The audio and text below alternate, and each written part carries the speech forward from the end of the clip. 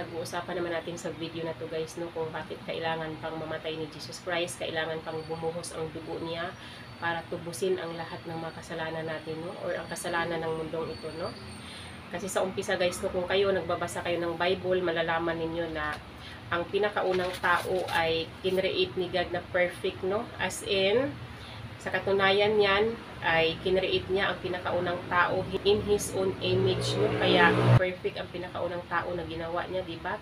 Noong kinreate na yung pinakaunang tao, no? Itinira niya sa Garden of Eden, tapos namumuhay sila ng may close relationship sila kay God, no? As in, nakakausap pa nila si God noong umpisa, tapos namumuhay sila na inosente sila, as in, wala silang malay, no? Nakahubad pa sila pero hindi sila nahihiya kasi hindi nila alam na nakahubad sila, no? Wala silang knowledge of good and evil, di ba? Wala silang kamuwang-muwang, at saka siguro kung hindi pa sila nag-disobey kay God, maaaring namumuhay pa sila ngayon, no? Forever siguro silang namumuhay sa mundong ito, no? Kung hanggang sa dumating na yung time na tinukso ng ahas yung babae, ang unang natukso, di ba? Kinain niya yung forbidden fruit na ipinagbabawal ni God na kainin nila kahit nga hawakan, hindi nila pwedeng hawakan, no?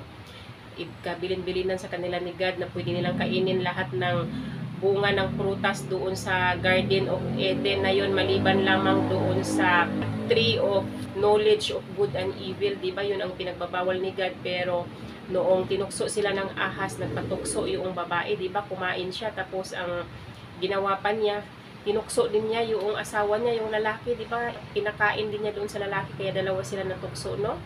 Kaya yun ang naging dahilan, no, kung bakit na-separate sila kay God, di ba? Bakit nahiwalay sila kay God, no? Ang ginawa ni God ay inilabas sila doon sa Garden of Eden, no? At dahil sa kasalanan nila na yon, yun ang naging dahilan kung bakit ang lakas ng impact na hatid nila sa mga tao, di ba? Noong dumami na yung population, no, dahil sa kasalanan nila na yon, ang mga tao din ay nagkukumit din sila ng mga kasalanan, no? Ang mga kasalanan na ginagawa ng tao dati ay nag-engage sila sa adultery, tapos mga unfaithful sila, mga unrighteous sila, no? Katulad na lang noong anak nila na si Cain, pinatay niya yung kapatid niya mismo si Abel dahil sa selos, no? Kaya ang ginawa ni God bilang kabayaran sa mga kasalanan nila, ang temporary na pambayad sa kasalanan nila dati ay kailangan patayin nila yung goat or di kaya lamb na yun, tapos yung dugo nun i-offer nila sa altar, no, bilang kabayaran sa kasalanan nila, no. Bakit dugo ang kailangang pambayad sa kasalanan? Kasi guys, no, yung kasalanan natin ay isang paglabag or isang kalapastanganan sa kabanalan ng Diyos. Alam naman natin na banal ang Diyos, no. Kaya ang mga tao na nagkakasala, di ba, ang sabi, the wages of sin is death, di ba? Ang kabayaran ng kasalanan natin ay kamatayan, kaya nire-require niya na kailangan may magbuwis ng buhay, temporary na nagbubuwis ng buhay sa mga kasalanan ng tao dati, yung hayop, di ba, yung lamb at saka yung goat at saka yung dugo nila ang kailangan na pambayad, no? Kasi guys, no, ang nakasaad sa Bible, kaya dugo ang kailangan na ibayad sa mga kasalanan natin, kasi ang nakasaad sa Bible, ang buhay daw ng katawan ng tao ay nasa dugo, no? Patunayan ko sa inyo guys, no, nakasaad yan dito sa Leviticus chapter 17 verse 11. For the life of a creature is in the blood, and I have given it to you to make atonement on the altar. It is the blood that makes atonement for one's life, di ba? Ang buhay nga daw ng katawan natin ay nasa dugo, kaya yun ang nire-required ni God na pambayad sa kasalanan natin, no? Temporary na pambayad yung dugo ng hayop, no, na ino-offer sa altar para lang ma-restore ang relationship ni God sa mga tao. Kasi ibig sabihin, kapag nagkasala kasi ang mga tao, di ba, nasisiparate sila kay God, as in nahihiwalay sila kay God dahil sa mga kasalanan, no? Kaya kailangan may mag-sacrifice para ma-restore ang relationship ni God at saka doon sa tao na nagkasala, no?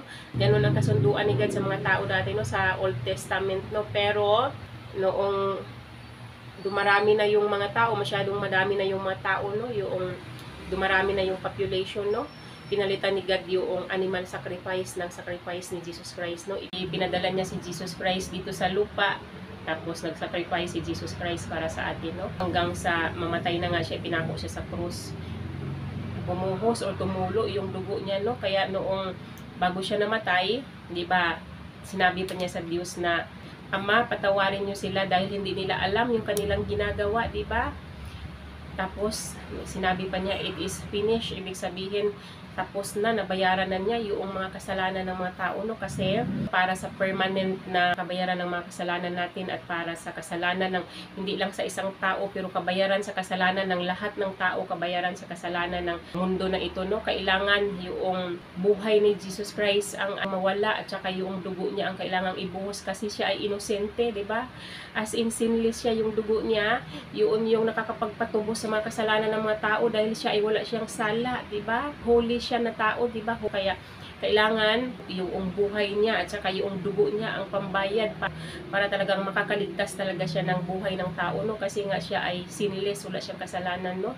Namumuhay siya ng perfect sa mundong ito, kaya yun talaga ang perfect na pambayad sa kasalanan natin, yung dugo at buhay ni Jesus Christ, no? Kaya yun ang naging dahilan kung bakit pwede tayong mabigyan ng chance na magkaroon tayo ng eternal life someday, no? Nasa atin na lang yon kung maniwala tayo doon sa finished work ni Jesus Christ sa cross na yon at magsisi tayo sa lahat ng mga kasalanan nating nagawa, no? Ihingi natin ng tawad lahat ng mga kasalanan natin at magbalik loob na tayo sa Diyos, no? Nasa atin naman yun, guys, no? Kung gusto natin na magkaroon ng kaligtasan kasi ano na nga di ba? Natubos na nga tayo. Ang dapat na lang natin gawin ay pagsisihan natin lahat ng mga kasalanan natin kasi binayaran na ni Jesus Christ yung mga kasalanan natin, natubos na. Pero kung hindi tayo gagawa ng aksyon, di ba? Hindi natin gagawin yung part natin na magsisi tayo sa lahat ng mga kasalanan natin, maghumingi tayo ng tawad at magbalik loob na tayo sa Diyos, hindi pa rin tayo magkaroon ng kaligtasan, no? Kapag hindi tayo gumalaw, no? Hindi tayo umaksyon para sa kaligtasan natin, guys, no? Napakabuti ng Diyos sa atin, no? Mahal talaga tayo ng Diyos, no? Kasi nga pwede namang pabayaan niya na lang tayo na mapunta doon sa hell, pero di ba dahil sa pagmamahal niya sa atin, sinakripisyo niya yung anak niya, yung pinakamamahal niyang anak na si Jesus Christ para tubusin ang mga kasalanan natin, no?